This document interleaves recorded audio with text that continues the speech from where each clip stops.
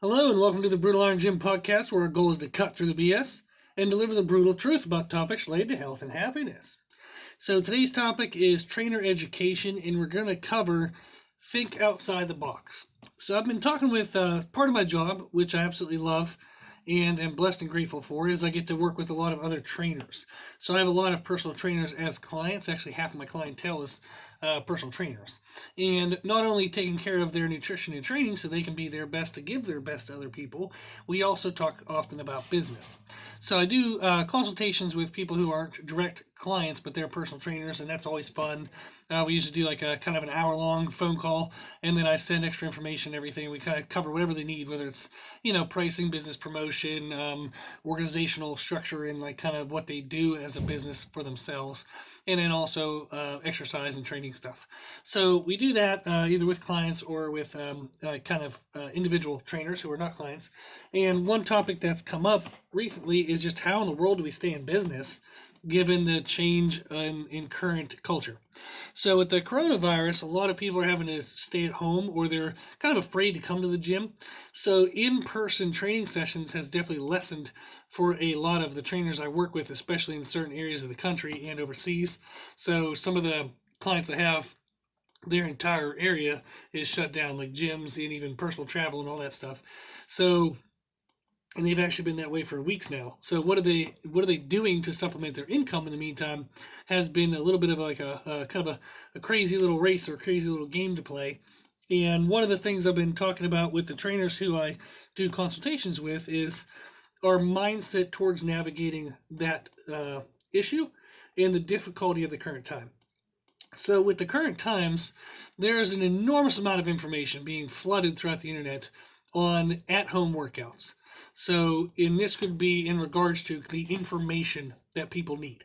There's tons of exercises being promoted. There's people working out where you can kind of like live video feed, I guess, work out with them and stuff.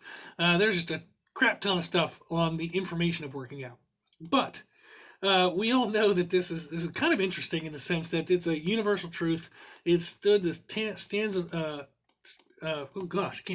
stood the test of time. There we go. That people have always known what they should do. People know smoking isn't good for them, and they still smoke. People know exercise is good for them, and they still don't exercise. People know they should eat healthy, but they still don't eat healthy. So knowing what to do in an at-home workout, that is some people's issues, and that is some of the problem that people face, but overwhelmingly that is not the major issue. The major issue is getting people motivated and making them feel accountable. So how do I get them to actually do the exercises? And how do I get them to do it consistently? That has become a bigger challenge with the current times happening now. So everybody's flushing in like information on just what to do and how to do it and but no one's talking about motivations. No one's talking about like accountability. No one's really helping with that aspect of it. So the sense of what to do isn't as important nowadays, and it's being covered by many other people. But how to do it is actually what I would be coaching and offering people, trainers I work with, advice to focus on. So focus on the things around exercise. So when we say think outside the box, don't focus on the box of, this exercise, this workout structure, How do you get them to actually just freaking work out? If somebody's at home depressed and they're financially, kind of constrained and having issues, do you think exercise is on their radar at all? Hell no. They don't want to get up and move. They're depressed. They're sad. They just want to kind of like lay on the couch, do nothing, or they want to lose themselves in food. So there's a lot of emotional, mental stress that's going to get in the way of somebody actually exercising right now. And that's where trainers need to focus. How can you get your person motivated? How can you get them consistent? What to do isn't as important. Yes, it is important. I'm not saying it isn't at all. I'm just saying it's not as important. You can write the best workout, but if nobody does it, it doesn't help anybody. Just like you can write the best nutrition plan, but if no one follows it, it ain't going to help anybody, right? So we know this about nutrition. You can write the best nutrition plan in the world, whatever the perfect pre-contest, get you ripped and lean and mean diet is in the world, but if the person's not going to follow it, why the hell did you write it?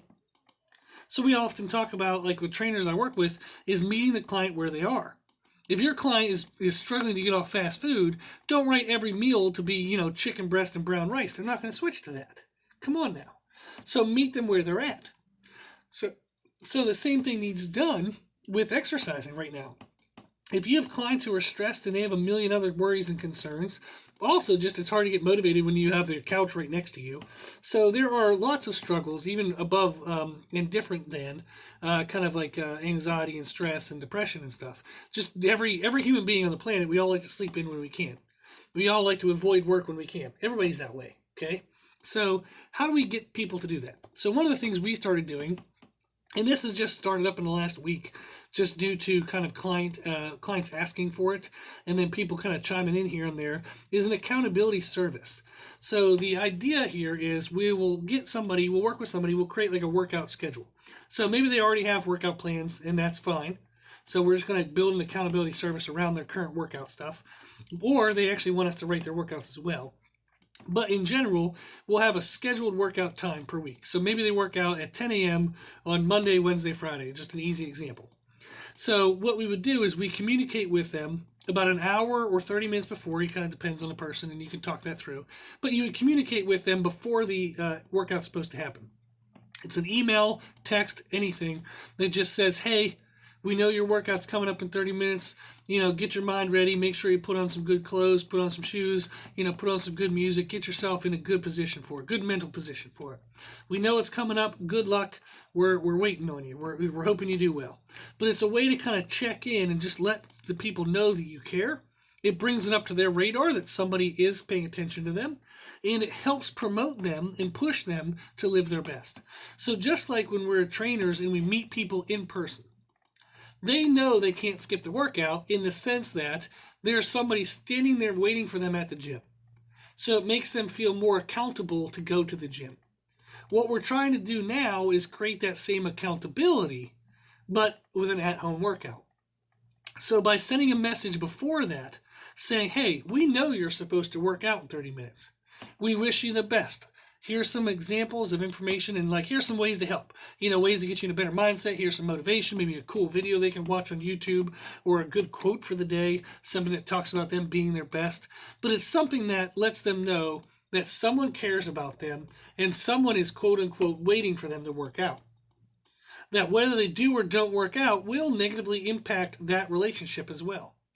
So they pay for the service. They have somebody standing there waiting for them virtually. So they know that accountability is there. Then you have them track their adherence to what they should be doing throughout the day. So if they have water goals, like fluid intake goals throughout the day, maybe you have a goal by noon, a goal by 4, and a goal by 8 p.m. So something like that. Maybe you have sleeping goals. They should only sleep this much or sleep at least this much, certain days of the week. So there are different lifestyle management goals. There are exercise goals, nutrition goals. You have them track that. And then at the end of the week, we just kind of got through our first rounds of that this past weekend, was like face-to-face kind of video chats checking in. So they have tons of cool things now, like features. Like I just got done talking with a friend in a face-to-face thing using WhatsApp. So I have an Android phone, so apparently I'm archaic and an old man. But I don't have the iPhone, so I can't do FaceTime. But we've been finding other apps and other ways to do it. So I know Zoom, and there's some other means out there. But it's face-to-face, so it's just a good 10, 15-minute chat. Talk about what went right or wrong over the past week, what they can do to correct it in the upcoming week, and then just cover some general life topics. But it can be done very quick, very efficient, but it gives them a sense of face-to-face meeting, just like meeting in person would be at the gym. So this is an accountability service that we just started. A couple people asked for it. We're kind of developing it and growing it right now, so this is still in the mix of it. But I thought this was a great example of how maybe we're not doing the right thing. It's going to work. I know it is. But I'm more so not trying to say that you don't have to do it this way. You can find your own way. But find a way. Find something. Do something. Think outside the box. Think beyond just exercise creation, workout creation. How do you get somebody motivated to work out? How do you get them to sense that there's a connection, that there is that relationship that you would have if you were to meet with them in person? So that's what we're looking to do. Many of our clients, like your clients, are going to face the same challenges that my clients have been facing. Say we're all humans. So everybody struggles with motivation. Everybody struggles with accountability. What are you doing to help them through that challenge? So the current trainers that I've been talking with, a lot of the concern has been, how do I stay in business? How do I keep this as my main income? Well, how you can do that is by keeping the people exercising, keeping them improving their health, keep teaching them, keep offering benefit into their life. Instead of focusing on the question of how can I stay in business, ask yourself the question, how can I best help them? If you focus on how you can best help your clients, business will take care of itself. There will be some fluctuations, there will be some ups and downs. But what kept you in business to this point was being beneficial in their life, providing help in their life. Just keep that same focus right now and find a new way to do it. So the challenge becomes, how do you provide the help? But that question alone is going to help you know how you can stay in business. You can stay in business by doing what you've always done. Provide a benefit into their life. How you do that is up to you. So like I said, we started these accountability services, started trying to check in face to face, just trying to find ways that you can stay connected with people and make sure they don't feel like they're alone. If you can keep them motivated, if you can keep them accountable, then they'll actually do the workouts. So then what the workout is does matter. But you have to take care of motivation and accountability first. Okay? So I wanted to cover that since it's been coming up often enough. I figured now with this podcast I can just send the link to trainers and they can listen to this rather than us having to do a bajillion meetings in person. But this is the question you want to ask yourself as a trainer, is how can I best help my clients? If you always continue to put that first, everything will take care of itself. There will be ups and downs, there will be fluctuations, but in the grand scheme of things, you will continue to progress forward in your business if you continue to keep the people as the focus. Don't worry about money, worry about people. If you worry about people, the money will come. Okay? So that's going to be our best kind of offer for advice on how to handle this current moment in life. So everybody's trying to figure it out, but I do believe that this focus point is going to help you while you're figuring it out, stay in the right mindset of how to figure it out. Okay? Don't chase money, chase people. Cool. So if you would like any help with consultations, of course, we're always happy to help, whether it's, talking about this question or other questions as a trainer. And if you are a trainer, if you want help with your training, so how to get yourself motivated, how to take care of your own self while you're spread so thin trying to take care of everybody else, we can help with that.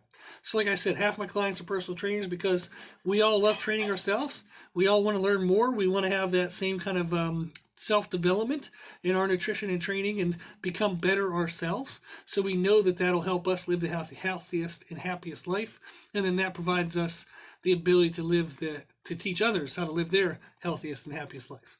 So you have to always remember that you are your first client. So we have podcast number 111. So way back in podcast 111, we covered the concept that you are your first client. You need to take care of you. If you take care of you, you will be better able to take care of everyone else. So don't be afraid to get a trainer yourself. Don't be afraid to get help with programming, with help with accountability, help with motivation. If you are struggling, it'll be harder for you to help someone else who's struggling. So take care of you first. If you need any help, let us know. But you can't pour from an empty cup. Okay? So fill your cup up and let it overflow into everyone else's around you. Cool. Okay, so hopefully this helps. Just keep that focus of how can you best help your clients? How can you help them with the challenges they're facing?